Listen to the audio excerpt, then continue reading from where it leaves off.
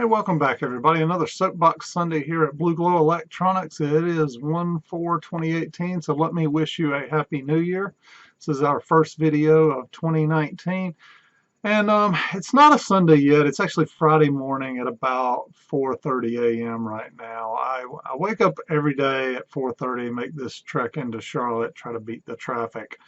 I'm usually in the office around 7 a.m., but Fridays I work remote, and just happened to be today when I could have slept in, my internal alarm clock went off, and I woke up anyway. So I thought, hey, there's nobody online at work to interact with yet. I'll just make a video for the next hour or so.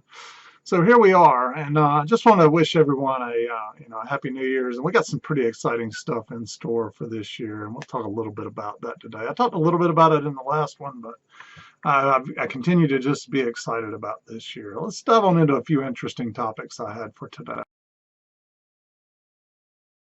All right, first topic here, solid state gear. So the last 3 or 4 videos I've made, I've intentionally asked for your feedback on what would you like to see more of in 2019, or what would you like to see Blue Glow focus on or do that he's not currently doing, things of that nature.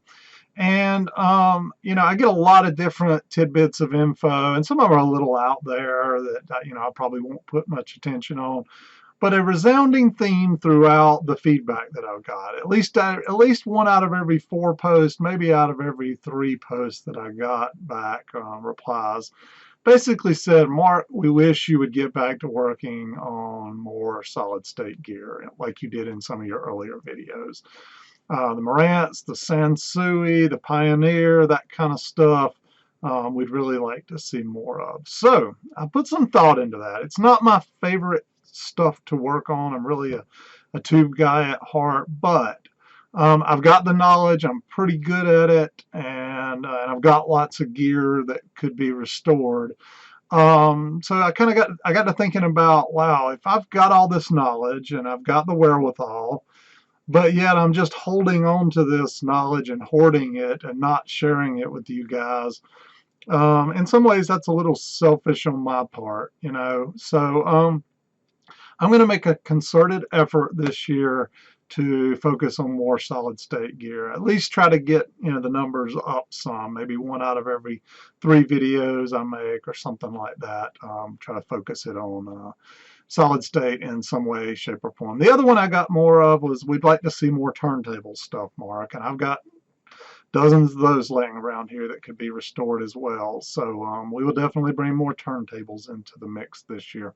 Another just underlying resounding theme there was we'd like to see more restorations. Here's a piece of gear. We would like to see it kind of restored from beginning to end, that type thing. So I'm going to try to do a little more of that. I'll still blend in these Soapbox Sundays. I'll still blend in some tube gear. Still going to do this tube based preamp and some things like that this year, but I promise you guys I'm gonna make a serious effort to bring you more solid state stuff this year. So stay tuned. All right, so I'm sitting on the couch the other night, like I do most nights, watch TV shows with my wife. I pick up my laptop or iPad. I'm scrolling through eBay looking for new items that have popped up, tube amps or whatnot. And I'll scroll across this article here while I'm doing my thing, and it says 9 4x6-inch photos of Dynaco SCA35 tube integrated amplifier for sale. So you can pay $5 and $3.95 shipping, and you can be the owner of 9 photos of this amplifier. And I got to thinking, what the heck? Who would buy photos of an amplifier, right? So then I scroll down, and I've kind of chopped off the right side. I didn't want to show the seller's name on this. But basically what he goes in here to say is he's been a long-time seller on eBay. However, he's been getting burnt by some buyers on eBay. They basically, he would sell a piece of vintage gear. They would get it. They would either say it doesn't work and they want either a full refund or a partial refund, or they would pull parts out of it and send it back to him and say it didn't work and they stole, expensive tubes or components they may have needed out of it. And ultimately, you guys, if you've done much dealing with eBay, you know eBay almost always sides with the buyer, and the seller can easily get screwed over on this. So this guy goes on to basically say, I've stopped selling on eBay. There are other more beneficial routes for selling outside of eBay. So I'm going to go that path, right? And I've been there myself. I used to sell and trade and deal in a lot of high-end vinyl, garage 45s, a lot of expensive LPs, and I used to ship and sell this stuff all over the world. And quite a few times in the last few years, I would sell a few $100 LP to someone overseas. I would ship it with tracking. It would get there. I would provide the tracking, and then the individual would claim that it didn't show up, and ultimately eBay would take the money out of my account and give it to them, even though I had tracking provided. And so first I just stopped selling internationally, and finally I just stopped using eBay for LP sales altogether. So I can kind of get where this person's coming from. But then this is where it got real interesting. I clicked on this individual's other items, right?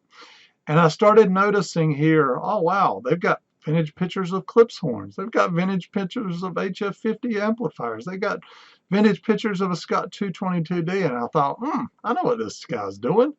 He's just posting up pictures. He's selling these pictures, but what he really wants you to do is just contact him through eBay, and he'll set up an arrangement outside of eBay with you then to sell you this actual gear. So if anything, I can say it's a pretty innovative approach here to flying below eBay's radar, and possibly, marketing your items at a very low cost, but then sell them outside of eBay. Don't have to deal with the eBay hassles, if the buyer decides to screw you over. And two, you don't have to pay the eBay fees there for selling the item. So, I don't know if I would do that, but I thought it was interesting and worth sharing. Okay, 2019 Hamfest. So tomorrow, Saturday morning, will be what they call First Fest here in Winston-Salem, North Carolina. It's a very small little winter Hamfest, but they call it First Fest because it's usually the first one of the year. But it won't be long, and spring will be here, and Hamfest season will be upon us. And I thought about making a list of all the Hamfests that I plan to attend this year, and putting them up on my website, and I could kind of keep it updated as to whether I would be at those or not. Just in case any of you guys wanted to shake my hand or meet up or talk audio or electronics or whatever, even grab lunch after a Hamfest or something. So if interested in that, if you're in the Carolinas, maybe, I'll do one here in February in Richmond, Virginia, which is the Frost Fest. I'll hit Charlotte the month after that, and then it just kind of gets rolling through the spring and summer wide open. I do anything in about a 4 to 5 hour drive from here. So it puts me into Tennessee to a couple of Hamfests, puts me in South Carolina, puts me in Virginia. So if you're anywhere near those states and would be interested in this, reply below, and if I get a couple people saying, yeah, it's a good idea, I'll take the time and create a tab on my website with that info, and you could just contact me and let me know. We could figure out a way to meet up. It's one of the things I love the most about this hobby is just sitting around talking to people about what they've experienced, what they've tried, what worked really well for them. I don't know. It's a social hobby to me, and so living here in my basement and sharing YouTube videos is kind of a one-way thing.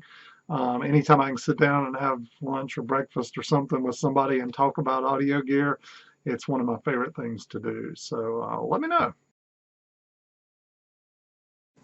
All right, I did something this past Sunday that I haven't done in a few years, but it was time.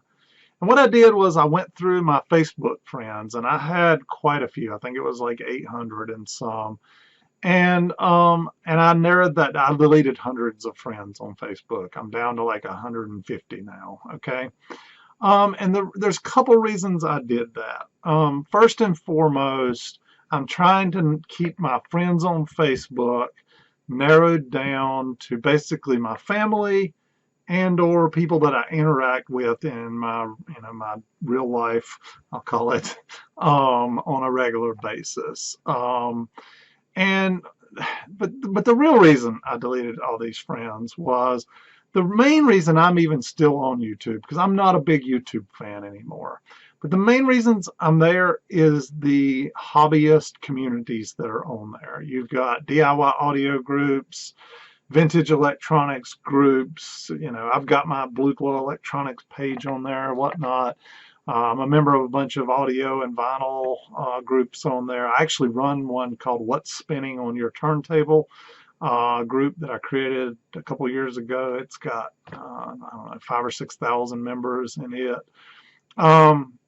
But it's these groups, the reason I come on there. But the problem is when I sit down at night to scroll through Facebook to see what's in these groups, as I scroll through my feed, what I get instead are all these Facebook friends that I have, and pictures of them and their wife and their kids and their dogs and the ball game they went to and the barbecue they made last night and so on and so forth. So I'm scrolling through all this stuff, and then I'm looking and I'm like, okay, that's a cool picture of you and your daughter and her friends at her slumber party, but I don't even know who you are, and I don't even know why you're my friend.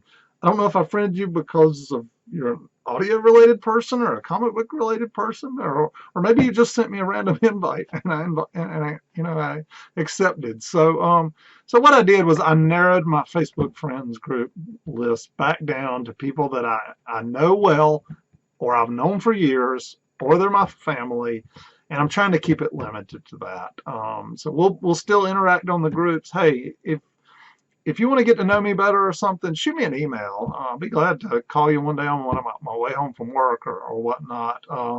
Just Facebook's not going to be my social interaction platform, other than, like I said, kind of friends and family type thing. So don't take it personally if I deleted you as a friend. It really had nothing to do with you, and it had more to do with my feed and how much junk I was seeing in there that really didn't pertain to what I wanted to be seeing when I sit down to scroll through Facebook. So thanks for understanding. All right, it's not often I find something in the electronics realm that just flat out kicks my ass, but I'm pretty darn close to one right now. I'm having some fun with this one. All right, here's a picture of what I've done. I've basically reworked my entire dummy load box at this point in time, and I've integrated the AD2 box inside of it, and what I'm trying to do is get it where I can run instead of just running channel 1 or channel 2 on whatever things I'm trying to test here. As you can see, I'm trying to get it to where I can run both tests at the same time, okay? And THD versus frequency works great. THD versus power works great. When I run frequency response, let me show you what I'm getting here. It'll take a minute for this to run and sweep across. So I can tell you that this has nothing to do with the amplifier. It's all inside my little box somewhere. As you can see here, one channel will perform just the way it should up here at the top, and you'll be down a small percentage of a dB all the way across the board here, right? This one, however, 20 dB down. That's a long ways all the way down across the board here, and you got this little funky spike. I can flip the amplifier and these things stay the same. In other words, doesn't matter what input. So it's got something to do on my output. But here's what's even more interesting. Let me show you this. All right, so if you know anything about the Analog Discovery 2, or what I keep calling the AD2 here, what you'll know is primarily what it is it's a very cool oscilloscope and waveform generator built into one little box. So you basically use software here, and what I'm doing on this tab is I've got a waveform generator, and I'm driving channel 1 of the unit with a 1 kilohertz sine wave at a 200 millivolts peak to peak input here, okay? No DC offset, whatever. I'm driving channel 2 with the exact same thing. So basically what I'm doing now is I'm using the waveform generator on the Analog Discovery 2, and I'm feeding it into the inputs, the left and right channel jack on the amplifier right now, okay? And then what I'm doing is I'm measuring the scope. I'm measuring the output of this amplifier, okay? So check this out. My output, remember, same size signal going in on the input. My output is identical on both sides. So it's not like, you remember I ran the frequency response and one side was way down from the other? That would lead you to believe, wow, the signal on the right hand, on the second channel, is being attenuated greatly compared to the left channel. Not the case at all. I'm getting out the exact same amplitude signal on both sides of this unit. What's really odd though here is that one is slightly out of phase with the other. And there's nothing about an amplifier, a two-channel amplifier, that's going to put the two separate channels out of phase like this, right? Because it's two separate tubes operating independently, amplifying each side of this. I think it's something inside the Analog Discovery 2 causing this phase shift. Maybe the waveform generator can't generate both of them simultaneously or read them. I don't know. I'm struggling a little bit to understand this, and I think I'm going to shoot the guy at the Stuff Made an email and see if he might have any ideas here. But this phase shift, depending upon how the AD2, the audio analyzer suite, is reading the output, it could see this phase shift, depending upon what its reference point is, as maybe causing this this irregularity that I'm seeing. So I don't know. There's a couple weird things, and I've been through this box for 2 or 3 hours now. I can't find a bad solder joint. I can't find a wire that isn't where it's supposed to be, so on and so forth. So I think what I'm experiencing is somewhere in the either in the software or the Analog Discovery 2 itself. So more to come. I'll keep you posted as I try to figure this out, but it's racking my brain a little bit right now.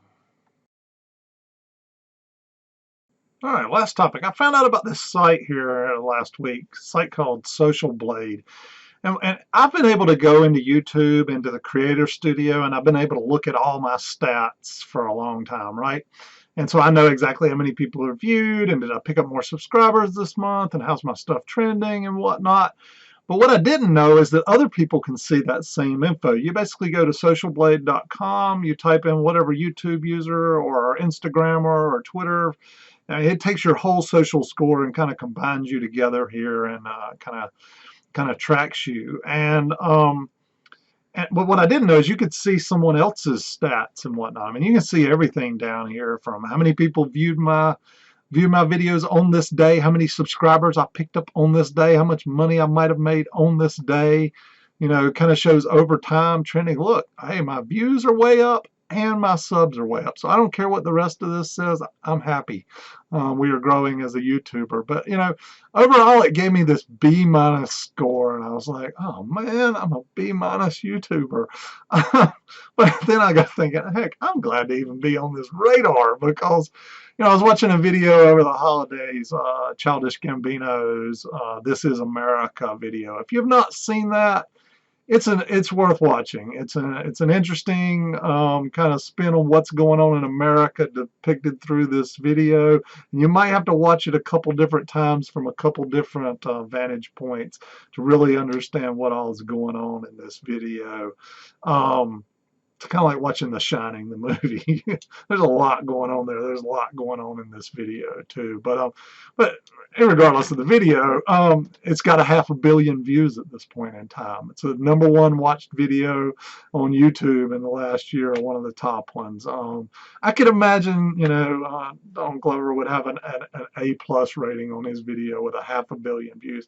I'm lucky to get 1,000 views on some of my videos, and I'm ecstatic to get that. So I'm proud of my B+ or B- score here. But just thought I'd share this. You can type in whatever your favorite YouTuber is that are out there. You can actually somewhere on here it'll say somewhere on one of these tabs. Where's it at? Oh, similar channels. So it'll do its little.